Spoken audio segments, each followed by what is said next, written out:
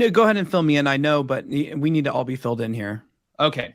So Bethenny Frankel pitched the show to Bravo just months before calling it grotesque, and that was for the treatment of the reality TV stars. Now, I'm just going to kind of give you guys the lowdown really quick, and thank you to Page Six for giving us all the information. But Page Six learned that a mere 6 months earlier from when she started this, Bethenny Frankel pitched Bravo a new show, and this show was supposed to follow rich Connecticut families.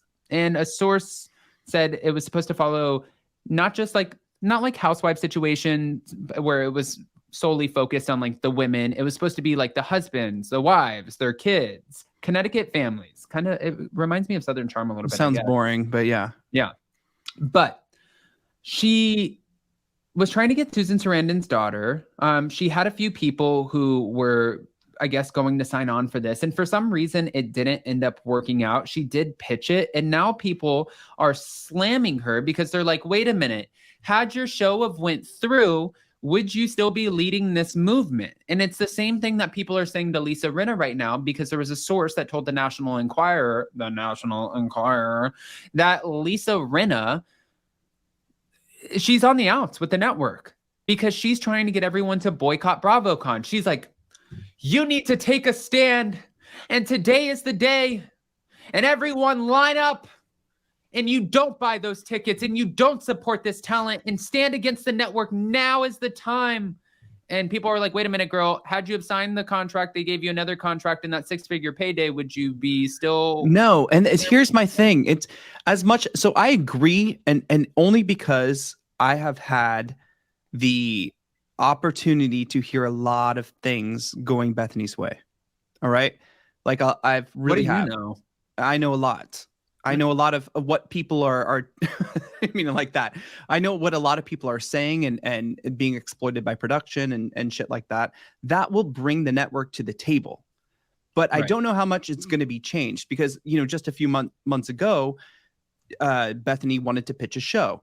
It's like the same thing with Nene. She is claiming all of these things, but then saying she's willing to come back. Like, I'm so confused. So, and what are the residuals that are going to be? Because, even actors, and I've talked to a lot of our friends, like, well, I'm not going to name names, but a lot of our friends and some of our people here in the live chat who are working actors who are right now in their own right. Norma has taught me so much. Well, I was going to say Norma. It's the same thing. Like, what kind of residuals will come from this? Because if you think back about it, you signed a contract. It's almost like signing a deal with the devil, right? So just to put it into perspective and how I'm thinking and just how I'm getting my opinion, I used to tour and work for Cirque du Soleil for 13 years. I created a role for Cirque du Soleil, a very, very popular role. My likeness, my image is still used today on slot machines and advertisements all over the world. Okay. So I signed my contract with my attorney. This is how I did it. When I first started and I was a young, naive 18-year-old joining Cirque du Soleil, I went in and I accepted this much money. Now, people from Eastern Europe were being paid half as much as I was. Why? I don't know. That is what they accepted, in their contract. Right. So everyone is going to have a different experience of working with like a big corporation, a big company, whatever. Now, when I started creating, I chose to change my standards for what I wanted in a contract. I'm writing a show. I'm creating a character. I'm doing all these things. It needs to change. Right. So I believe there's a conversation that needs to happen. However, everyone has different experiences. You see Leah Black right now is coming out slamming Bethenny, saying that, you had Bravo made you a multi-millionaire. I know, but Leah Black also then you have like, Leah Black is thirsty. Let's be honest. Like seasons 1 through 3 of Miami, we've already forgotten. You coming back and pitching your product on season 4, girl, it was 5, the biggest whatever. Jill Zarin of it all. Right. It was like, she's like, oh my God, Leah Black. But then you have someone like Adam, like Dorinda Medley, who came out and it's like, my experience with everything is I'm good. Mm-hmm. And everyone has a different experience. But someone like Dorinda Medley isn't going to be used like someone like a cast made of Vanderpump Rules, or a second stew of Below Deck, or, you know, like it's different. Everyone has a different experience. So there is a conversation. I'm going to give that to Bethenny. There's a conversation that needs to happen. Yeah. You know, there are some things happening that I don't like hearing, that I've heard just recently, that I'm just kind of like, it makes me think, you know, but then, you know, we have friends really you get close. leaked a lot of shit from Below Deck too, and I don't know half the shit that you're talking about, because you and Josh are like running a machine over there with Below Deck. Like, guys, we anchor watch tomorrow. That's why I have the anchor in the background. But no, we have a lot of friends who are current talent of Bravo. We have a lot of friends who have been talent of Bravo, and the talent that has been has good and bad things to say. So it just sometimes, if it, I don't know. Like Norma said here, bring that up. No disrespect, but unionized actors are fighting for our one residuals. At least every time a housewife re-airs, they get free advertising on their brands, and that's very, very true.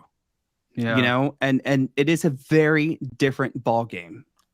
It's a very different ballgame. So but then also Bravo is taking 15% of those very same brands. So, but then also that is true too. It's publicity. It's kind of like when you get into the Shark Tank too. You get into the Shark Tank, and you know, like you have Mark Cuban, and he's like, I can literally just skyrocket this product for you, but I automatically get 30% because, or you could be 100, or you could be Lisa Vanderpump. I don't own that. What? That's in my husband's name.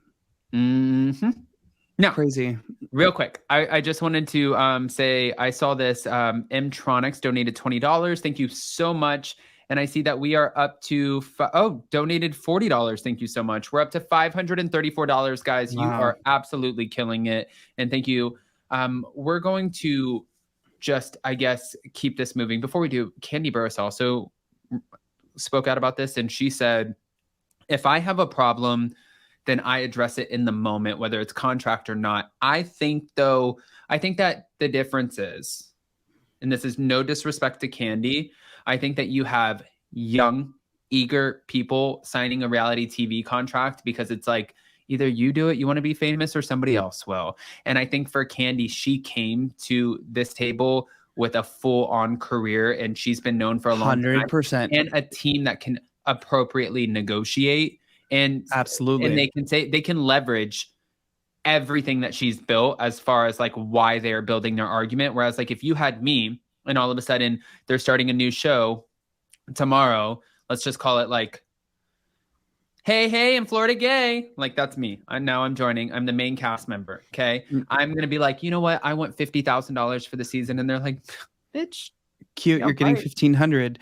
So you know what's funny though is, there is a difference. And like I said before, there's a difference between someone who is being a waiter at one of the Vanderpump restaurants who wants to be on a television show, and a difference between Lisa Vanderpump, who knows business, or Candy Burris, who I could name like I could sing 5 songs that she's written or performed before right now.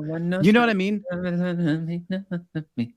When you're out in the club, don't think about it. Also, do I get residuals? Because Break Free, Ariana Grande's has 1.1 billion views. Do I get a residual for that? I know it's not the same thing. You had a mask on. No one saw your face. And you weren't unionized. I was alien number 2. Alien number 2. Well, great. And you know, there was Alien 4, 5, and 6, and they're not getting residuals. No, there wasn't, either. bitch. There was 1, 2, and 3, and I was number 2. Which means I have 2 of the Tres Amigas. Okay? I don't want to offend you at all.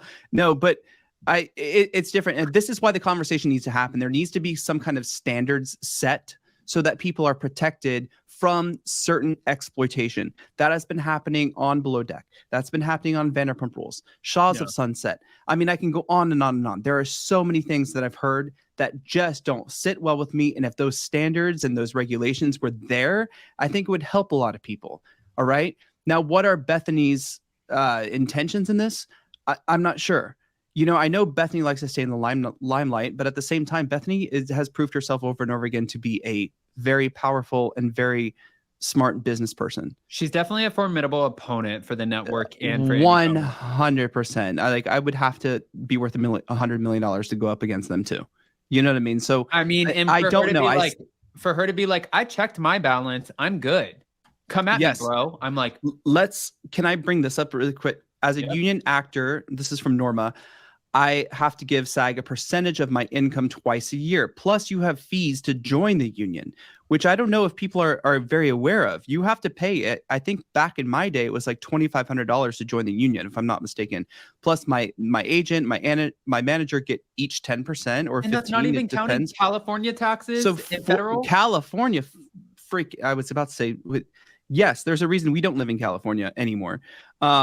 But then 40% of my income goes to union agents, the business. So like, what do you want? Like that's the thing is you have to decide, is this worth the fight? Is there 3,000 to join now? Norma says, holy F, Oof. And there's going to be no Taft-Hartley for these, reality I people. forgot I did. When I was so green and I moved to LA and I wanted to be, everybody told me at SUR, like that was running around because they were all actors and stuff. And there was this girl who was dating Lisa's son, Max. Her name was Allison, and she was on the Haves and the Have-Nots, Tyler Perry show.